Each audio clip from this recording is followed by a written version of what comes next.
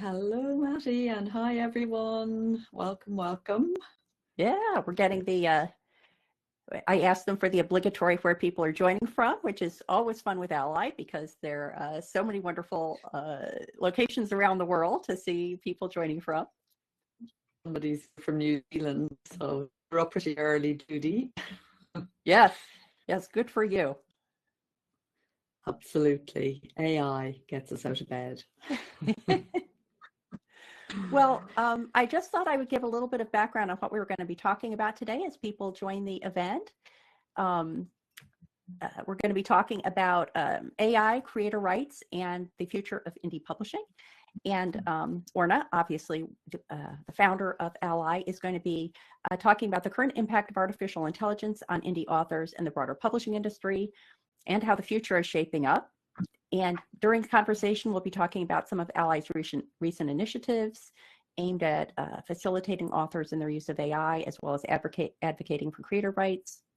We're going to be talking about new licensing models and technical developments. We're going to be talking about the importance of authors retaining creative control over their work, understanding that all this is going to mean different things to different authors. We're going to be talking about the importance of taking proactive measures in terms of safeguarding authors' interests, and we're going to be talking about the role Ally plays in all of these efforts.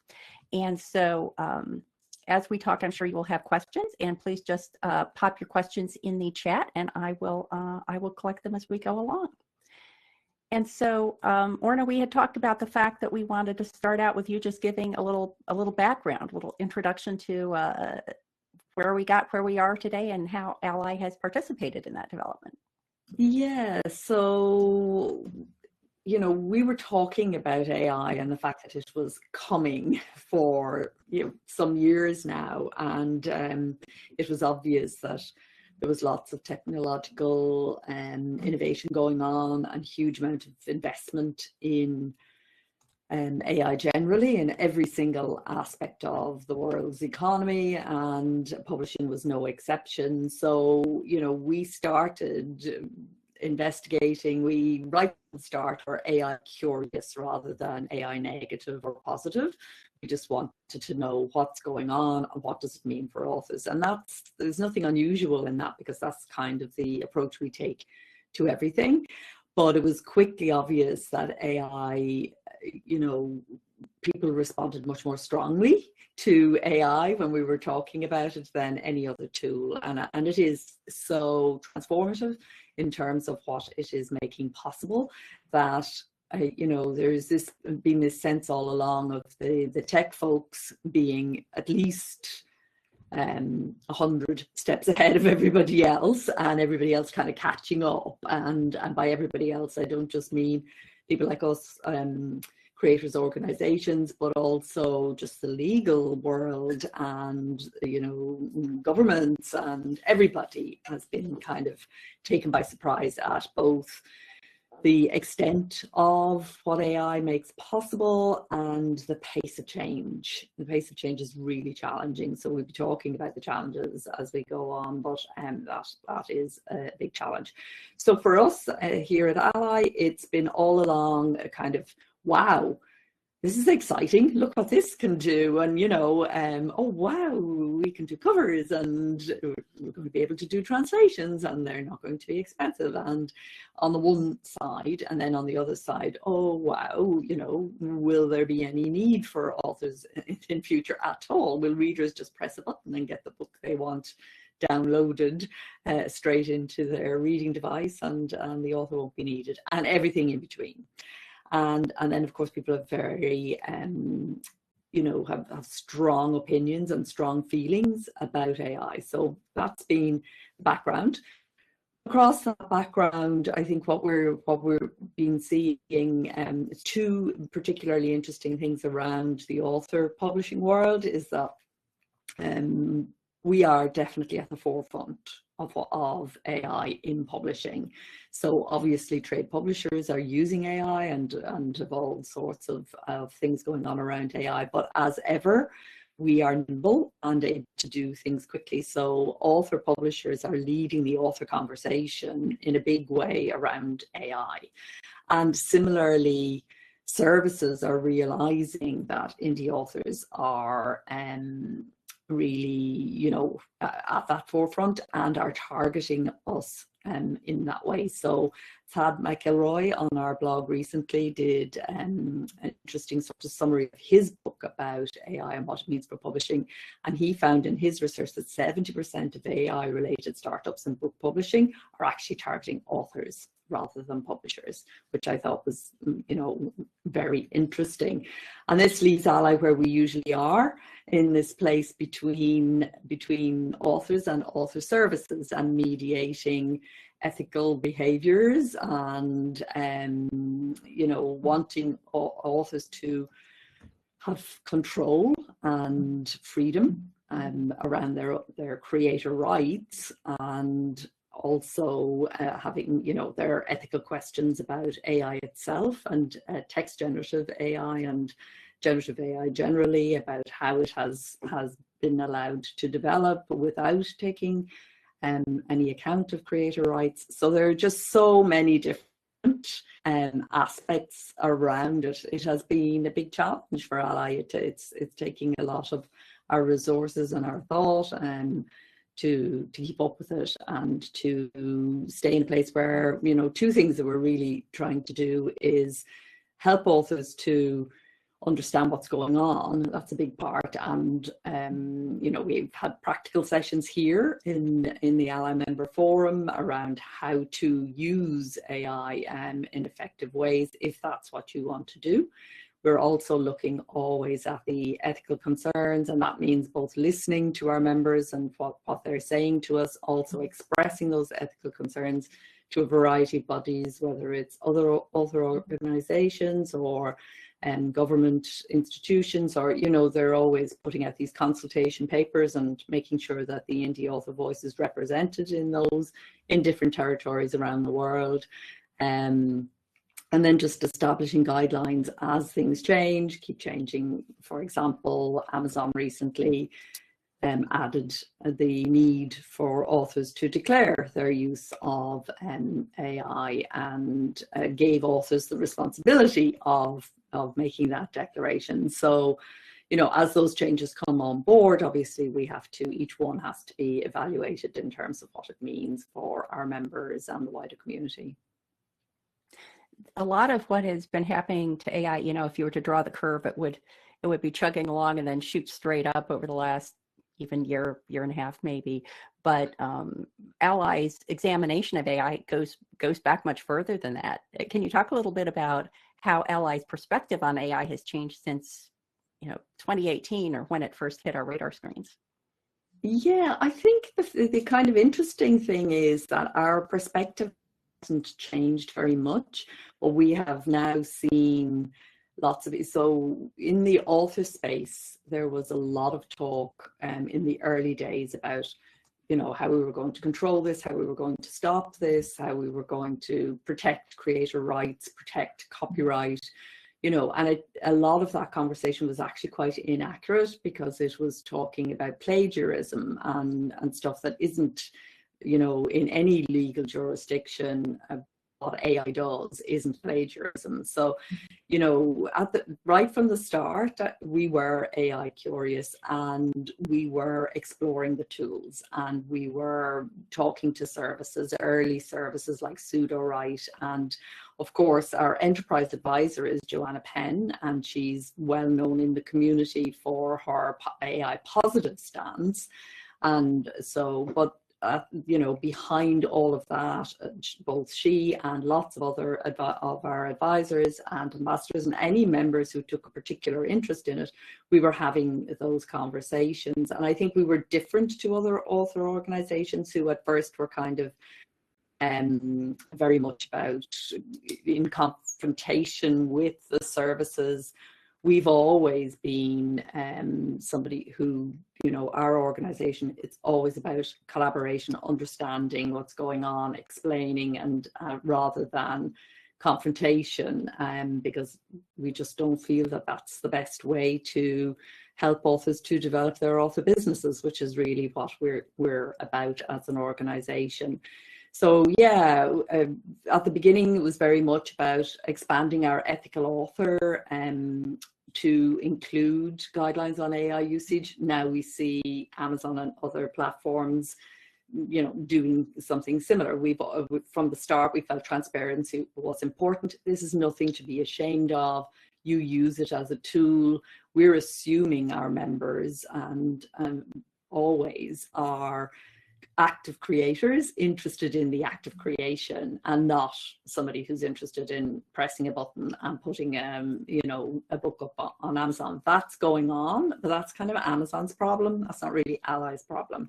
Our challenge is ensuring that our members understand what it means to be an ethical author in a world where AI exists. And then I think from 20 to 22, it was very much public advocacy, government engagement, you know, as governments came in and were beginning to look at creators and small business and micro businesses like ours, making sure that, you know, we represented that sort of middle way, if you like. And now I think it's very much about the guidelines, and the advocacy is getting more serious. So we're seeing things, technical solutions to, for example, if you are an author who does not want your writing to be used to feed models, you can actually add a piece of code to your website. So there are technical changes and things that are happening.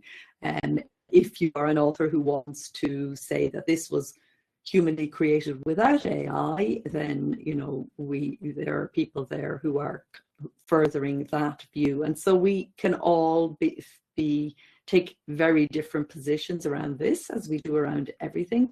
You know, indie authorship is a very broad church, and we've been herding sheep since 2012. It's in terms of, it's never going to be that way. We don't even try. We love that there is that diversity of opinion, as long as we can keep talking. Unfortunately, there have been some people who feel so strongly about the use of AI that they've actually, you know, disconnected from Ally over that. And I think that's a measure just of how strongly people feel about it. But we've also watched now as other author organizations and other people in the space are kind of coming into. So there's, I think now, in 2024, as more and more and more voices have been heard, people's understanding is really growing. And so there's much more coming together, I think, of a unified voice and positioning around this. And we're seeing very clearly where the different interests and stakeholders are kind of staking their claims. You had said something earlier about the fact that in no market and under no legal jurisdiction would AI be considered plagiarism. But I think a lot of people, even if they don't use the term, they think of AI as plagiarizing their work. Can you just speak a little bit more about the distinction you're making there? Yeah, so I mean, definitely a wrong has been done. And I think all creators and creators organizations are united in that.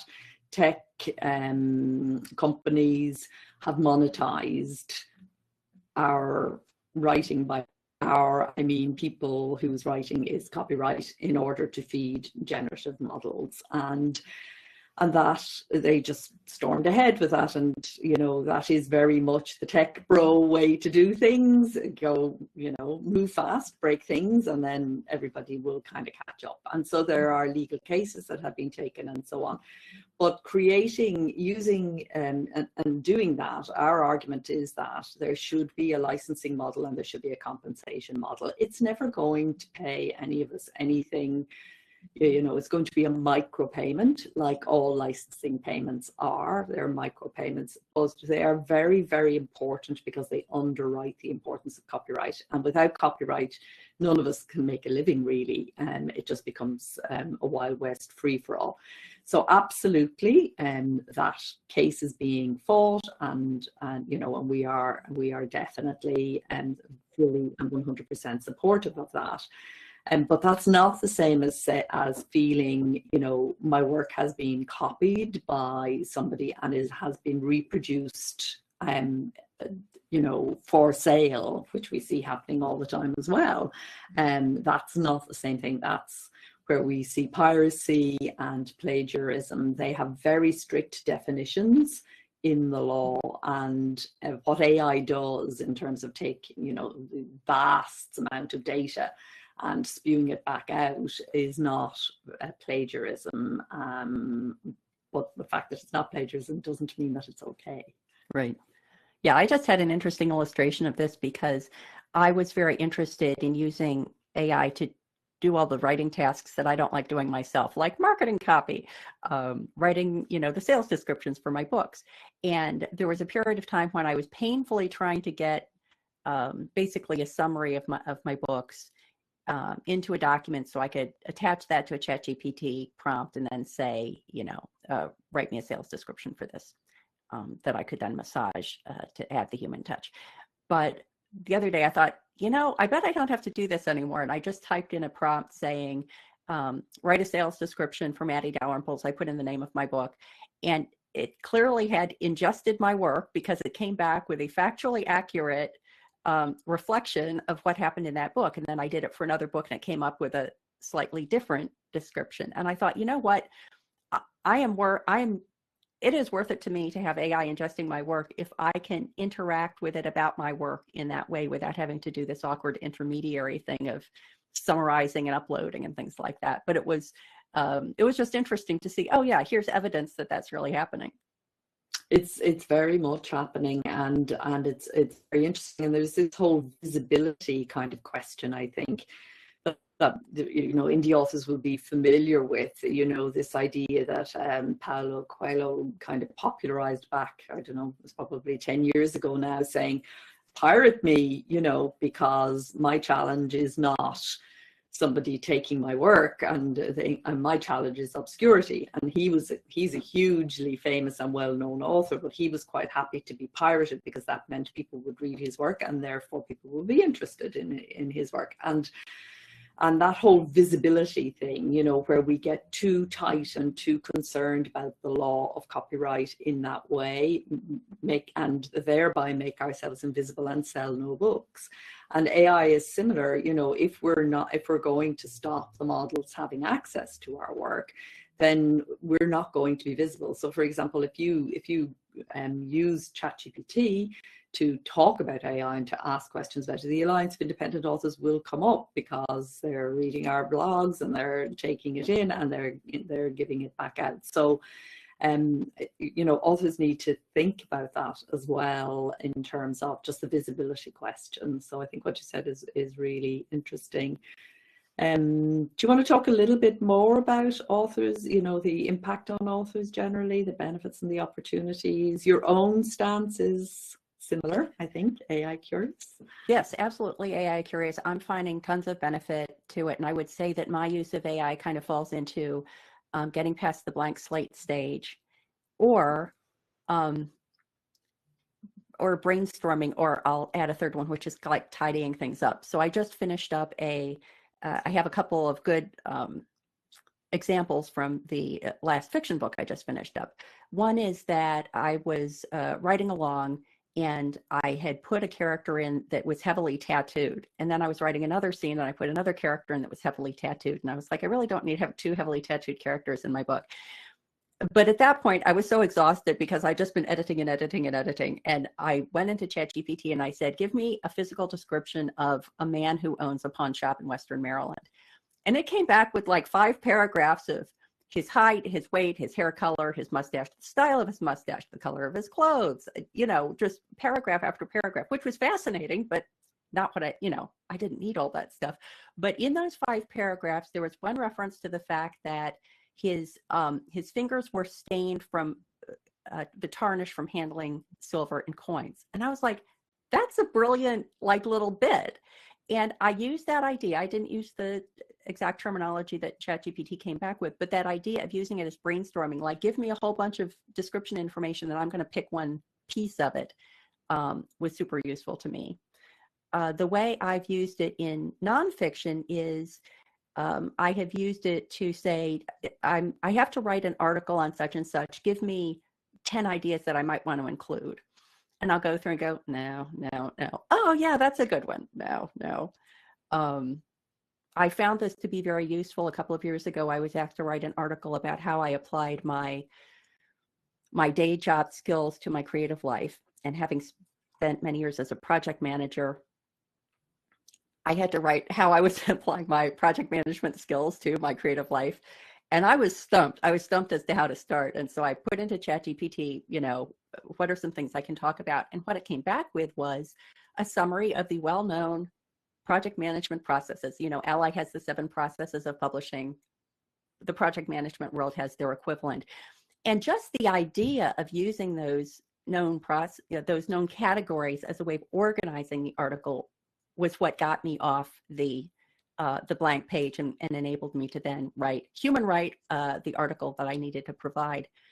And then I think an example of the last way I've been using ChatGPT for my writing, again, because I'm in this kind of heavily editorial phase of my work in progress, is that when I'm writing, if I can't come up with quite the right word, I'll mark it in a certain way in my manuscript. And so in LastPass, what I'm doing is I'm going through looking for those markings, and I had angry, but I think I could do better.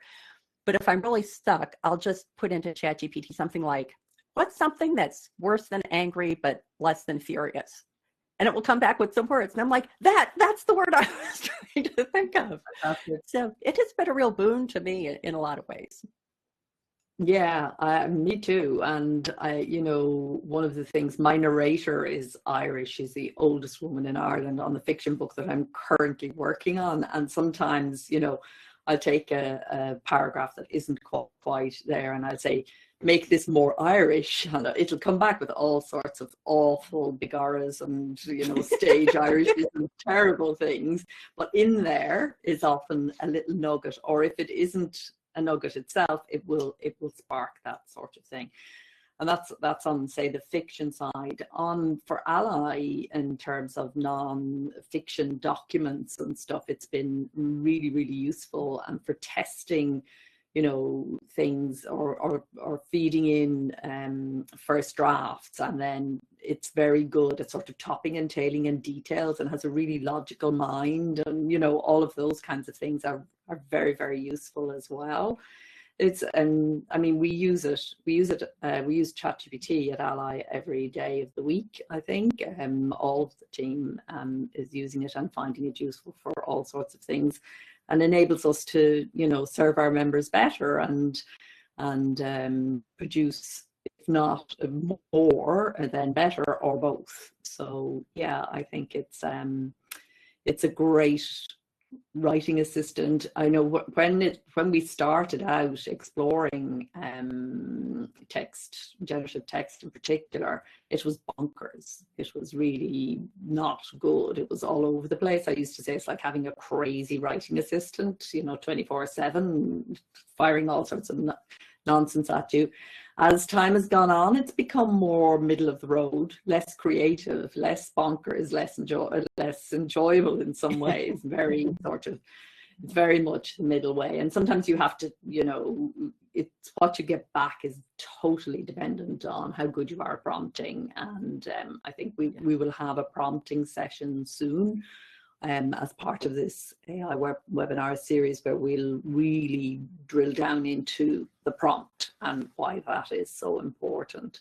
But yeah, I had just a thought on the prompting, which is that oftentimes I found that a good way, if I'm stuck, I'll ask ChatGPT what I should ask it next, which can be very useful.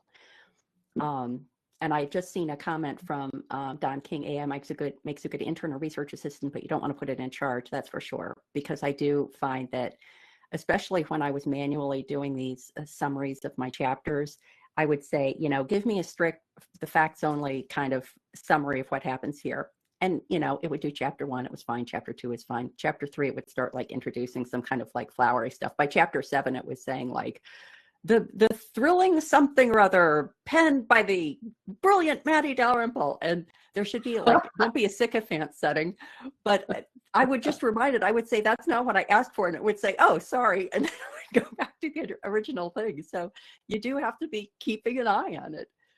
Yeah.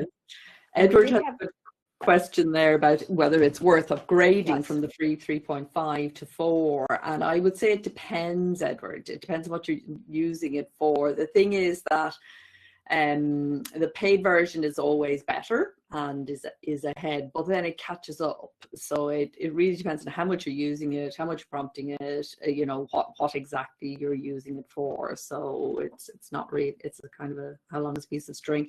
Do you use the paid one, Matty?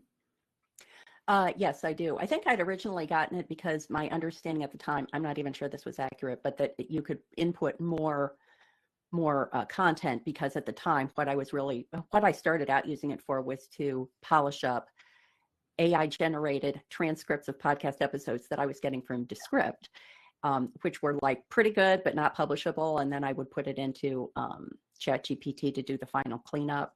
And I think my understanding at the time was that my capacity for putting in text was higher if I got the paid version.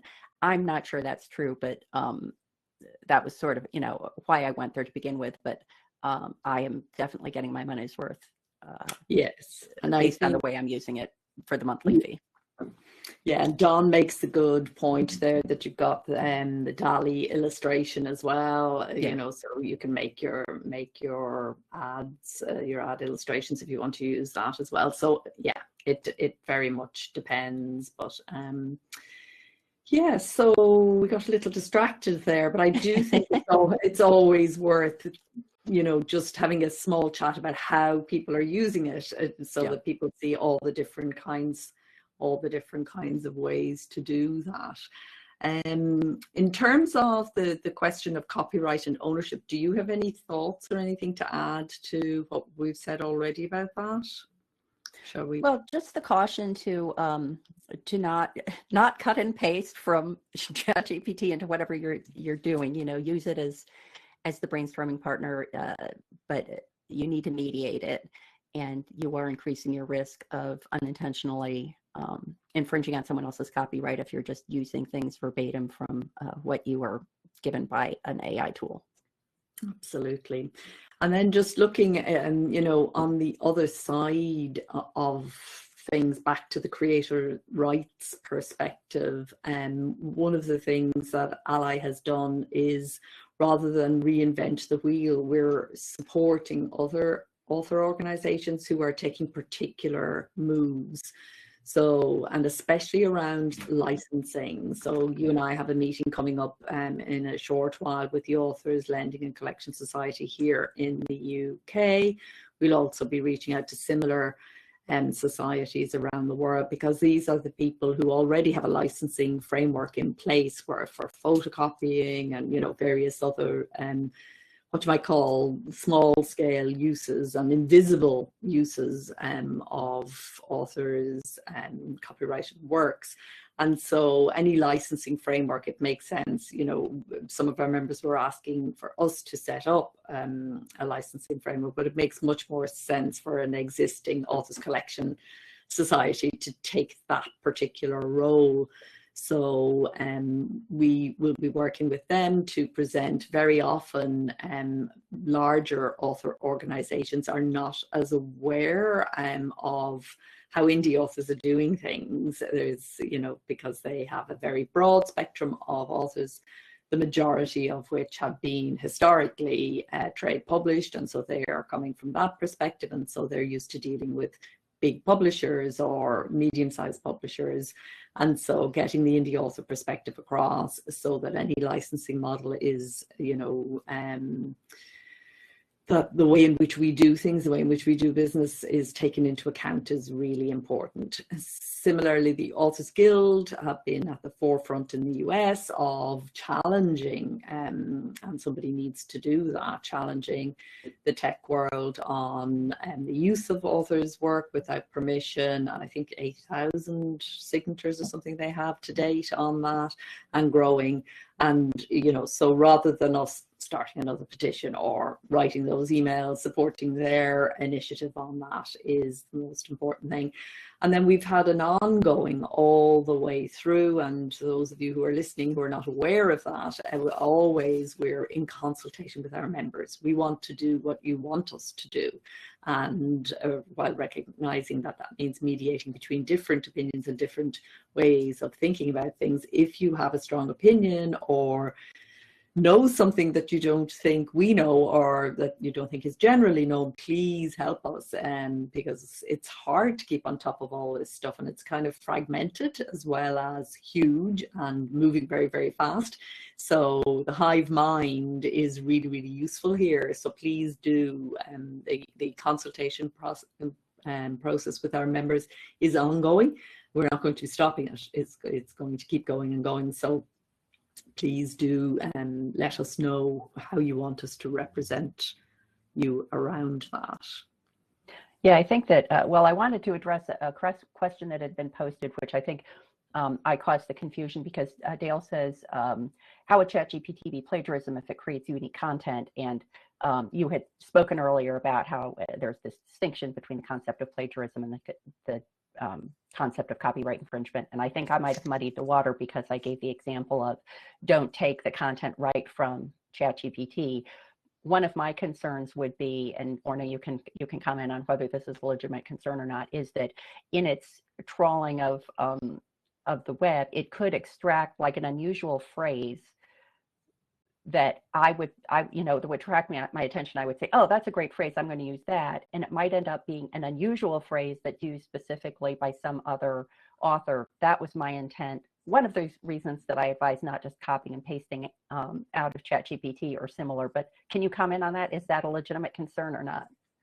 I think at the beginning, it was quite possible using an AI to get great chunks of stuff that was taken from somewhere else. I think as it become, the models become more sophisticated and the data sets become ever more huge and huge and huge, the chances of that happening are lessening all the time. So, it takes everything and it mixes and matches it. But I think it doesn't copy and paste in our understanding of copy and paste in any sort of traditional way now at this point in time. However, you are right, and it's going to depend on, there may be some, particularly if it was a trademarked phrase, or I'm trying to phrase the wrong word, but a trademark set of words. The expression is what copyright protects, and the reason for that is because it's trying to protect creators. So if you're taking a creative approach to using these as tools, then you're absolutely fine. If you're looking to cheat and pass yourself out and just cut and paste and get away with things, that's where you're likely to run into trouble. So and certainly in terms of taking stuff from websites, if you were describing an organization or something like that, you could find yourself inadvertently using their expression. Or Anna Lane has a comment exactly to that. She says, as a journalist, I asked it to summarize an organization's purpose. I checked later and it was almost word for word that organization's website, which might be fine if you want to actually quote from the website, but if you don't know that you're quoting from the website, it's obviously a problem. That's exactly it. You're not acknowledging the quoting from the website. That's exactly it. And I think there's a bigger question here, because, it already does what you might call ordinary writing very, very well indeed. And if you prompt well, the standard of the kind of writing that you're going to get back is of a high order. And so what I think is going to happen in terms of what it is already doing is it's making everybody write better. Because if you are going to, not everybody, of course, there are the scammers and the cut and pasters and all of that, but we're never really talking to them or about them.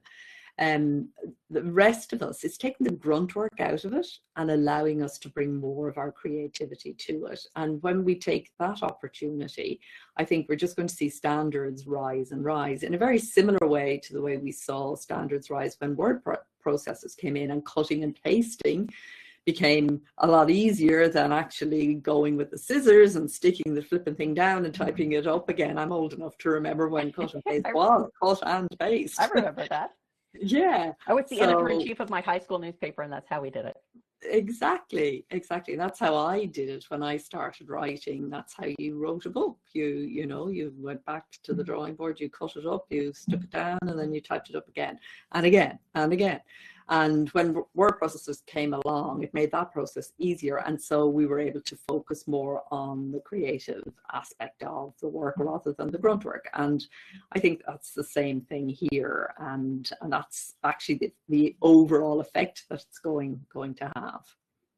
Yeah, the thing that I'm really looking forward to, and I know this is in process, but I don't hear it get talked about that much, is refining the algorithms. Like my dream is in a year or two, Amazon or Kobo or Draft to Digital or Barnes and Noble are never going to be asking us to provide keywords because they have the book. They can find the keywords themselves.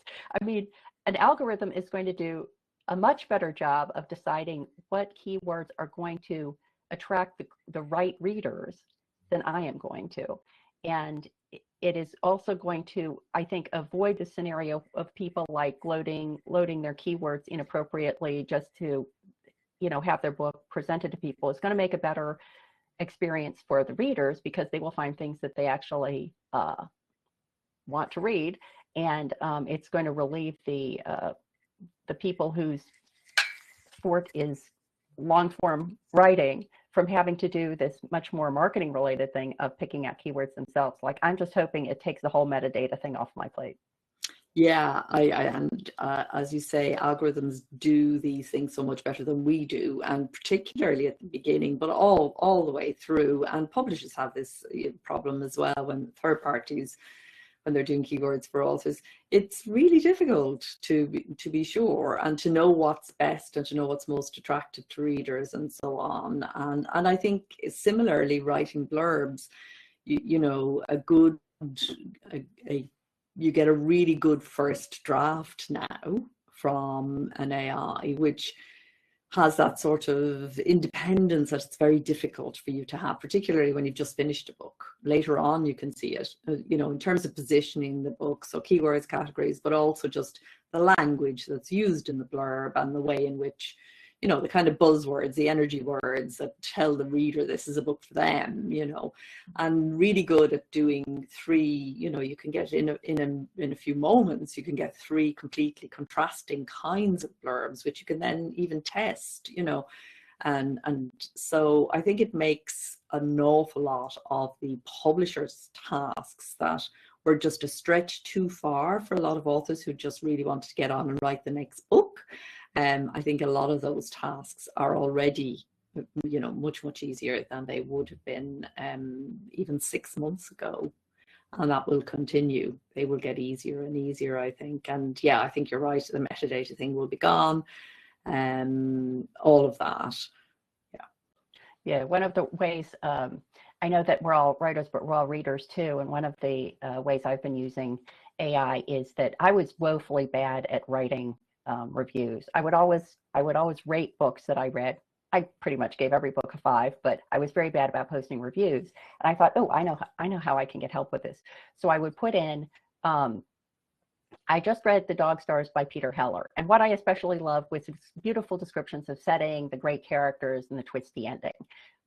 Write me a 5-star review of that. And it spit something out, which was completely over the top. And then I toned it down. I said, okay, like back off a little bit. And very quickly, something that I would have like kind of agonized about for an hour, there it was. And now I can easily post that review, which is reflecting my perspective because I told it what parts of the book I liked, and support an author that way. So as readers, there's a little way you can use it too.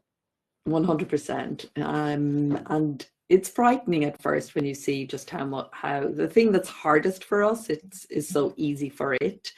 But then when you kind of get in there, I think it's about redefining our creativity really in terms of understanding exactly what it is. And each of us needs to do this for ourselves. Defining exactly what our strengths are, what our creative strengths are in terms of the human things that an AI is never going to. it may be able to approximate it, or it may be able to copy it, mirror it, but it can't be human. And our great advantage is that we are humans communicating with humans. And so I think every author, it really is a good idea now, right now, at this point in time, to look at ourselves as writers, and we will bring different human skills to our writing and our publishing. For some of us, it's about doing something like this, a video, and, AI can't be Matty and it can't be me, and, it could be as simple as that. But for others, it's going to be something to do with the writing craft, or something to do with some aspect of publishing craft. And I think, it's a good idea for us now to begin to think about that in a world where actually producing words has become very, very easy. What is it we're bringing over and above and beyond that from the creative perspective, all the way back to the ideation, all the way to the end of reaching the reader, and thinking about that deeply, I think, is the way to go in terms of succeeding in the next phase. Yeah, I think that the people who are making assessments of writing, and that would be readers, obviously, but also people like editors of periodicals, if you're submitting nonfiction articles for consideration for those kinds of platforms, are going to become, I'm sure already are becoming, more savvy about recognizing the hallmarks of AI. Like I had mentioned earlier, this assignment I got to write an article about how my project management skills apply to my creative life. And, what ChatGPT spit out was not wrong. There weren't any typos. It was accurate, but it was super dry, and I wouldn't read it. It wasn't particularly interesting. And I think that the people who are making assessments of our writing are going to become savvy about that and recognize that, and appreciate even more when they see the human touch being manifested in the work. Yeah, I definitely think so. And they're all becoming like college professors now, trying to suss out what's been AI'd as opposed to copy and pasted from, and there are all sorts of checkers now that, people are using, and people think that they can recognize AI work, and you can recognize badly prompted, straight up text from AI is still very recognizable. It's got this plastic kind of feel to it, as indeed do some of the illustrations. But I think with really good prompting and with editing, it's impossible, actually. And Thad's done some interesting work on that as well. That's kind of worth checking out. And there are, on the plagiarism thing, there are plagiarism checkers on Grammarly now and on Pro Writing Aid. I'm not sure about a free plagiarism checker, but it's something that we're looking into. And so if you were concerned about anything like that, or if you wanted to have something to highlight the places where you need to do the work, that might be worth looking at. It's not something I've personally done. It's not something we do in ALA, but I know that other people are doing it. Well, before this scrolls off my screen, I have to just mention Jeff Probst's comment. One of ALA's greatest strengths is its Orna-inspired openness to all its members' viewpoints. And, thank you, Jeff. I'm going to use that as an entree to, I think, the last thing we want to talk about, which is what is ALA going to be focusing on, and steps we'll be taking going forward in this area. Yeah, so you and I right now are putting the finishing touches to two sort of contrasting documents, one of which we're constantly updating. This is the mid-2024 update on the recommendations to authors in terms of both ethical guidelines and practical guidelines. So we have a sort of a rolling blog post on the Self-Publishing Advice Centre, that's been there since 2018. We just keep updating it, and so it's getting its latest update. And also ALA policy generally about AI, where we are right now, and how we operate ourselves internally, and the the principles on which we're kind of basing our advice to members and basing our own work. So principles of like clarity and consensus and compensation and so on. And so just making all of that really, really clear for our members. And yeah, we are in talks with other organizations. We want to move on. I think we were going to be waiting a long time for the actual outcome of the court cases, but we want to move on keeping the pressure on and making sure that everybody understands the need for creator compensation and creator rights, you know, in the whole arena. So that is just continuing conversations with people and just making sure that we don't miss out if something is happening that is likely to have an effect, making sure that our, you know, the indie author voice is heard. Yep. We did get a question from Judy Moore, who asks, is Ally involved in the documentation or policies associated with AI generation checkers? I've heard that Amazon is going cuckoo on this front. We're not, if you no is the short answer, except we don't feel that the AI generation checking is actually something that's going to be useful in the long term. Now, Amazon absolutely needs to do this, because Amazon, like all the platforms, but because they're the biggest one, they're facing the biggest problem.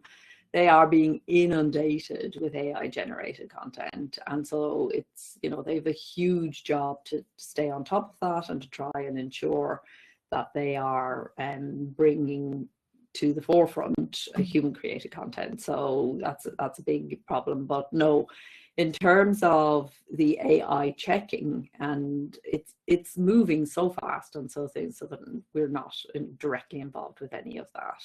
And, you know, as Don is talking about there are all sorts of problems around false positives and people being challenged. You know, it's a minefield.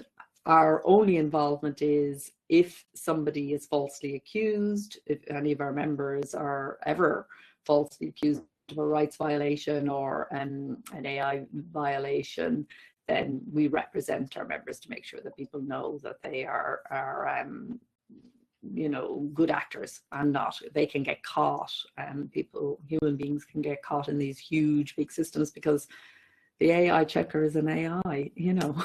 So it's just everywhere. So these big models are quite frustrating for humans to deal with, I think. But yeah.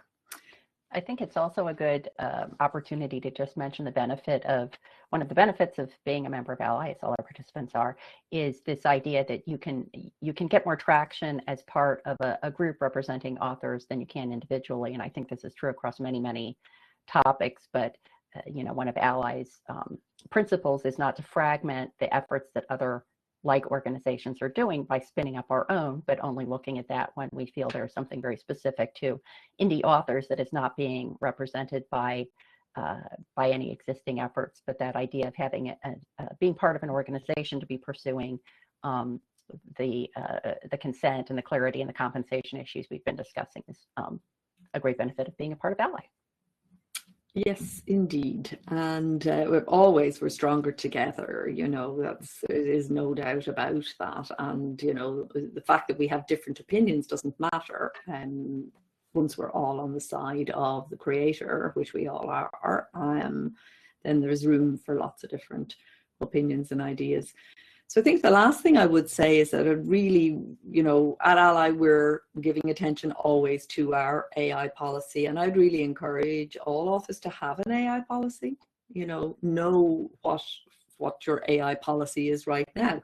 It doesn't need to be anything fancy, but it is worth your while actually going into the details of where am I around this right now. Once you've got some sort of clarity and idea around that, then you know what to do next. Because when you're kind of being dragged right and left into an intellectual argument about it, it can actually stop you from making progress. So it's worth spending, you know, an hour or two just having a good talk to yourself. I use free writing all the time to ask myself questions and answer them when I'm not quite sure what I think about something. And particularly if you are letting all this talk about AI stop you, you know, from because you're not sure whether you feel it's okay, and it's worth just spending some time to explore your own feelings and come to an understanding and have chats with other members and other authors to see and get clear about where you find yourself around this stuff and what, you know, what you are going to use it for, what you're not going to use it for. We all have to draw our lines, and we'll draw them in different places, but it's really important that you're happy with where you draw your lines. So for example, if you find after thinking about that, I actually don't want to, you know, use AI at all, ever, you might want to then make a virtue of that with your readers, as an example. So yeah, write your own AI policy. We got a question from Judy about where's the link to Ally's AI policy, and we can provide that. We'll work with Kaylee to get that out to people in the appropriate forum.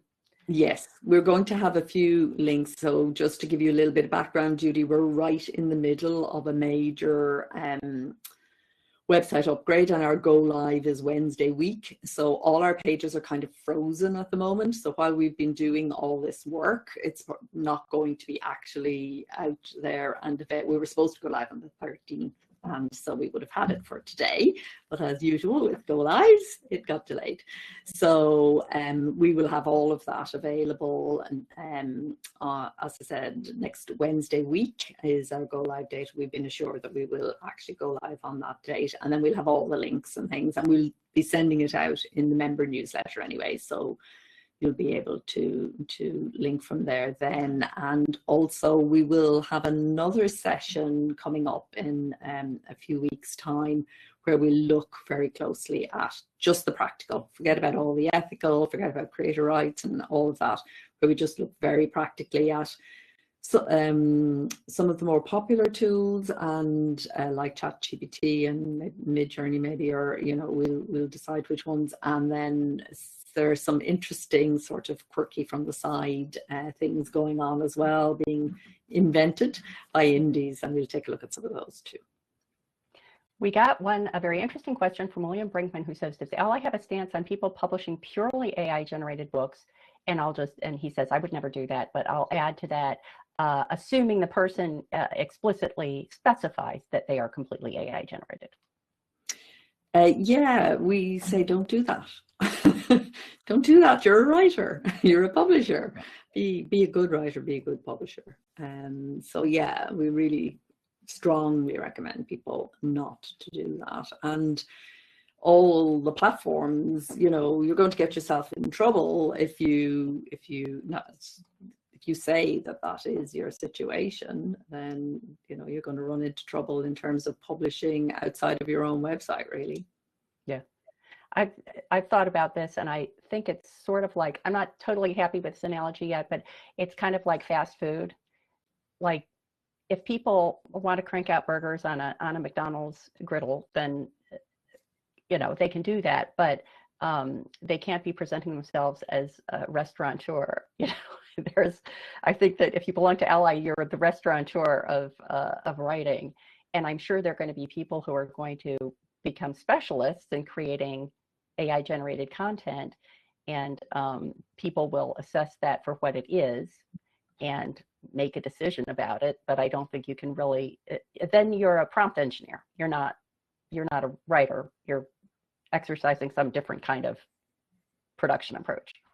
Yeah, exactly. And we are an organization for writers. So, you know, that's what we want here, not that. And I think, you know, we've only spoken about text here, but there's also audio, and there's also translations, and similar kinds of questions arise. You know, you've got an AI voice maybe doing your audiobook, but that doesn't take away the need to master the audio. Similarly with translations, you know, you can get a really good translation now.